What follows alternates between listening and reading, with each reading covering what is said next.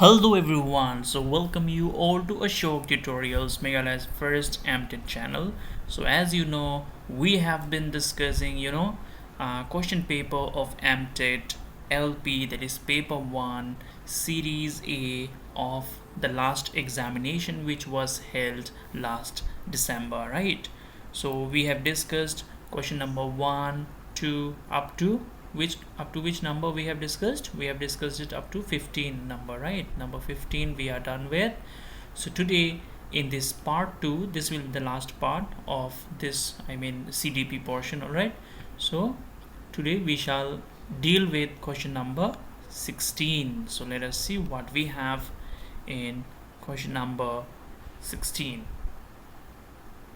So all right, so what does it say? An anecdotal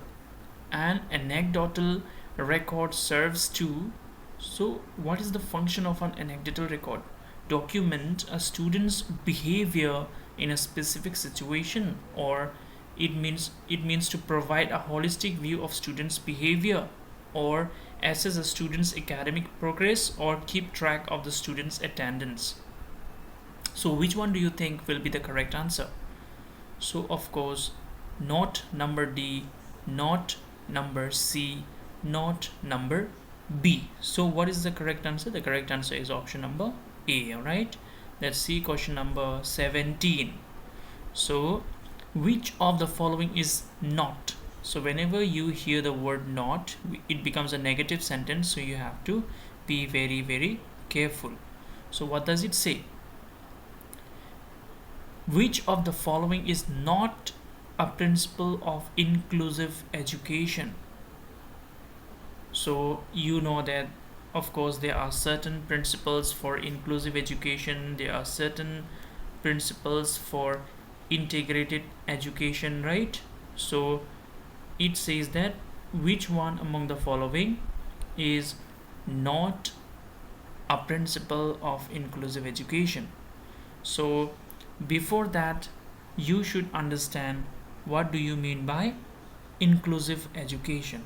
So inclusive education means where all students, regardless of any challenges they may have, are placed in age appropriate general educational classes, right, that are in their own neighborhood schools to receive high quality instructions, interventions and support that enable them to meet success in the core curriculum. All right, so it means placing both the special as well as the normal students in the same classroom.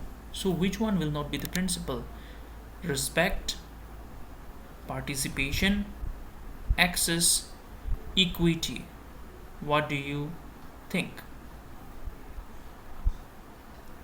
So here the correct answer is C, that is participation. Participation is not the aim of inclusive education, but equity, access for all, respect for dignity for everyone. So these are the principles, but this participation is not the principle. So this is the wrong answer, which means this is the right answer.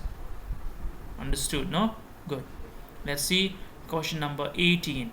For a successful inclusion of students with visual impairments, which of the following becomes a barrier? So you have to understand what do we mean by visual impairments. Visual impairment means those students who are blind or who are partially blind, who are not able to see. So which of the following becomes a barrier? Barrier means obstacle. All right, obstacle. So which one of the following becomes a challenge to the blind students? You see, electronically formatted lecture notes, audio taped lectures, written descriptions and diagrams, tactile models of graphic material. See, electronically formatted lecture notes, which means you will listen to it, right? So the child is not deaf, the child is blind. So this one will become what? For the succession, which of the following becomes a barrier? So barrier, they are asking the barrier, right? Which is the problem? So this is not the problem. All right, audio tapped lecture will also not be a problem, tactile models will also not be a problem. So the problem is number C. which means written descriptions and diagrams. See, when the child is partially or fully blind, he or she will not be able to see what is written, right? So this is what becomes the wrong answer, or what becomes the challenge, or what becomes the barrier. All right, now let's see the next question what we have. 19, let us see. So which of the following is not, again it becomes a negative sentence. You have to be careful whenever you see this word. Which of the following is not a type of disability? Disability, inability to do something, right? Which means they are not able to. So which of the following is not a type of disability? So we have to say, right? So what do you say? Mental illness, autism spectrum disorder, learning disability, acquired brain injury. So according to you, which one is not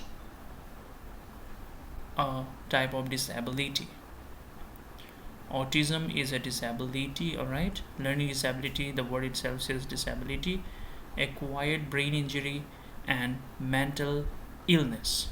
So which one is your answer? So the correct answer is mental illness. All right, so mental illness becomes the cause, it becomes the cause of disability, but in itself it is not a disability. All right, let's go to question number 20 now. 20. So which of the following practices will hinder means slow down, all right?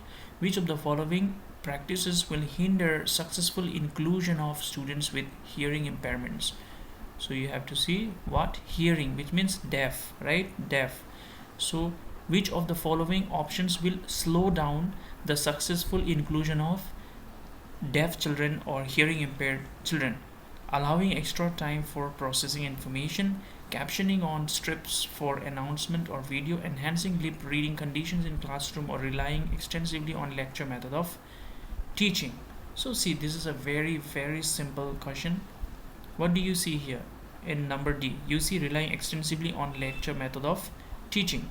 So lecture means what? Lecture, of course, you are going to listen to it, right? Listen to it with your ears. So here, what is the problem? The problem is hearing impairment, right? So this will become the problem, all right, or hindrance for this statement. Let's go to question number 21 now. All right, so let's see 21 what we have. In a classroom, a teacher plans for pair and group work so that learners can interact with peers. See, a group activity is planned by the teacher. Here the students are involved in an activity of, in what type of activity are they involved in? Cognitive constructivism, social constructivism, behaviorism, or structuralism. See, when people work in group, what do we call it? Social work, right? It's a type of society, it's a type of miniature society or a social gathering. So which one do you think will be the correct answer? Yes, you guess it right. Number B is the correct answer here. Very good. So let's go to question number 22 now. So the most important steps in pre-teaching phases. Pre-teaching means before you actually start teaching. So what is the most important phase or stage? Number A, identifying the instructional objectives, selecting the appropriate teaching learning activities, deciding the assessment tools, conducting need assessment. See, assessment and all, it do not come in the beginning, all right? So no, this one will not come. And again, selecting appropriate teaching learning activities will also not come so much. So what do we write when we make a lesson plan? We are writing aims and objectives in the beginning, right?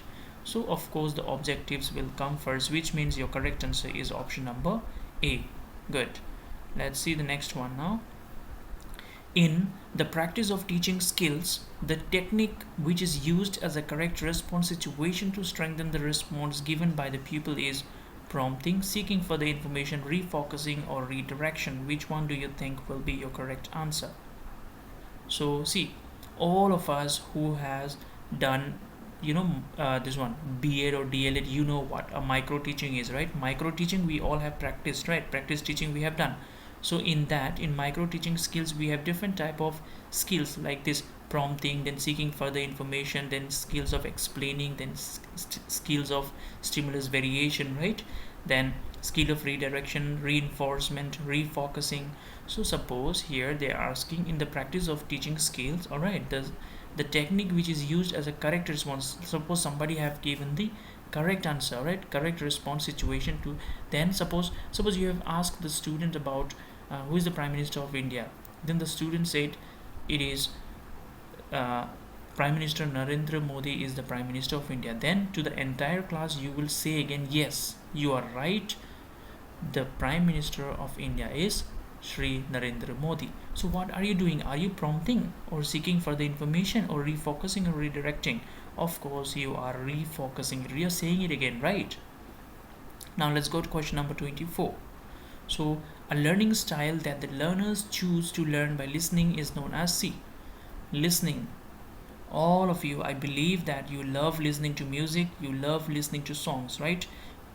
Bollywood songs, Hollywood songs, Hindi, English, Punjabi, K-pops, all different type of songs you love to listen to, right? So when we talk about listening, which comes to your mind? Visual means, what do you understand? Something which we can see. Tactile or kinesthetic means something which we can touch. Learning by memorization is something else. So audio files, mp3 songs we are listening, right? Audio files. So whenever you see the word listening, you understand that it is something to do with audio. So a learning style that the learners choose to learn to by listening is known as audio learning style. All right, good. Let's go to next question. That is question number 5. What does it say? Which of the following is the task of a teacher in the constructivist approach of teaching learning process? See, you have studied about constructivist approach, right? Constructivist approach means where the teacher acts as a facilitator. The teacher, they are not the, they are the type of teaching is not teacher centered, it is learner centered way of teaching. The children, they construct their own knowledge, they construct their own experiences, right? So that is called a constructivist approach. And as you know, Leo Vygotsky is known as the social constructivist. So here it is asked that which of the following is the task of the teacher in a constructivist approach of teaching learning? So the teacher plays a dominant role? No, they will not be dominant, because the students are the main heroes here. All right, in constructivist approach, the students are the main hero. The teacher directs and controls? No, how can the teacher control? The teacher plays an advising and facilitating role in the teaching learning process, or the teacher plays a dominant. See, dominant and all this, they are negative words. So the correct answer is C. As you said, the teacher plays an advising and facilitator. Teacher is known as a facilitator. All right, so you have to remember this line. Very good. Let's go to question number 26 quickly now. So question number 26, yes, here it is. Assessment is purposeful if it is done only. See, whenever you hear the word only, you should understand that it is a negative sentence, which means this will not be your answer. This will not be your answer. It is done once. See, again, this is also a negative word. How can assessment be done only once? Can it be done only once? No. It serves as feedback. See, here also only word you see. These are the small techniques I'm teaching you, right? Wherever you see this type of words, only or once or only, you should understand that these are not going to be the answer. So your correct answer is C. That is, it serves as feedback for the students as well as the teachers. So whenever we are doing assessment, whenever we are carrying out assessment in schools, it does not mean the failure or the success of the students. It means the failure and success of the teachers as well. So if a student fails, the teacher fails. All right, this is what we have to believe and follow. Good. Let's go to question number 27 now. Given below are the objective type responses and 3 are under alternative responses type. Identify the odd one from the given options that is not under the alternate response. This is a very, very easy question. I don't even have to say option to you. I think you can do it by yourself, right? So please answer it. Pause the video and answer. See, true and false, we know this is a pair, right? Like male and female, boys and girls, then plants and animals. Like this we say pair, right? Pair. So true and false goes together, right and wrong goes together, yes and no goes together. So which one is not the correct one? Of course, matching and the columns, it does not go together. So wrong answer is the right answer, right answer is the wrong answer here, right? Great. Now let's see question number 28. So what do question number 28 has to say? Which of the following is the most appropriate description for a very short answer question? What is that? A very short answer question. So which one of the following is the most appropriate description of very short answer? So how do you say which one will you say that it is a very short answer? It can be answered in 120 to 150 words. Will you call that one a very short question? No, you will not say that, right? It can be answered in one word or one sentence. We will see. It can be answered in 50 to 60. No, it can be answered within 2 to 7 lines. No, this is the correct answer here. What is that? Number C. Good. So number C is the correct answer here, right? Good. Now let us see question number second last question, that is question number 29. So what does question number 29 says? Which of the following is not? See again here, not word is coming, so you have to straighten up your ears. Whenever you see not, you have to straighten up your ears. So which of the following is not the tool for formative assessment in scholastic domain? Formative and summative assessment you have studied, right? Formative assessment means the assessment which is carried out during the course of study, and summative assessment means the assessment which is carried out at the end of the session. So formative assessment can be type of questions a teacher is asking while teaching you, or interrogating you, and summative will mean the half-yearly examinations or annual examinations which you write. All right, so they are asking us which of the following is not a tool for formative assessment. They're asking which one is not a tool for formative assessment. So we have to see here, like conversation skills, multiple choice questions, projects, or oral questions. Which one is not a formative assessment? So your correct answer here is multiple choice questions. All right, this is not a formative assessment tool. Now question number 30, the last question. Which of the following is an example of summative assessment? See, above they are asking formative, here they are asking summative. So which one will be the example of summative assessment? Just now I explained to you. So if you have listened to what I explained just now, right now, you can answer this question very easily and with a smile. But if you did not listen what I said while we were solving question number 29, then you will not be able to answer it. So summative assessment means the type of assessment or examination which is conducted at the end of the session, end of the year, end of the semester. So which one will you say? Quiz, performance task, unit test, or final examinations? Of course the answer will be, you are right, final examination. Very good. So here we have successfully completed CDP. all right, CDP of LP section, that is paper 1. So child development and pedagogy, previous year's question paper we have solved here with this video. All right, so this is the end of the video and this is the last part of the video. This is the second part and the last part. So next we will see which previous year's question or which subject to take up. All right, so here as you have seen, it was series A, paper 1, and LP section. All right, CDP. So I hope it have benefited you, and yes, of course, please don't mind the background sound you can hear because it's very hot, so I have to use my fan, so I know it's making sound, so please don't mind that. And yes, one more thing. See, you might be thinking like, this is just solving PYQs, why he is taking so much of time? But those who are really serious, you will understand why am I taking so much of time, because I can just mark and give you the answers, but what is the use? What is the point? No point, right? So if I really want you to understand, I really want you to succeed in your next Mtet examination, if I really want you to work under the state government of Meghalaya, then it's my responsibility to make you understand, to explain each and everything to you as much as possible, right? So that's why what I'm doing is I'm trying to explain it to you as much as possible.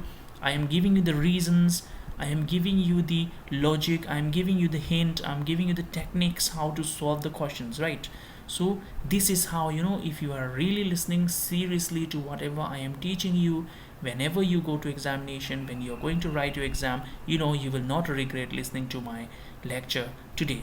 So I hope that you take everything positively, and may you succeed in the next Mtet examination. These will be my prayers and best wishes to each and every one of you watching my video. Alright, so thank you everyone for staying connected with the Ashok Tutorials Meghalaya's first Mtet channel. Have a wonderful day. Thank you.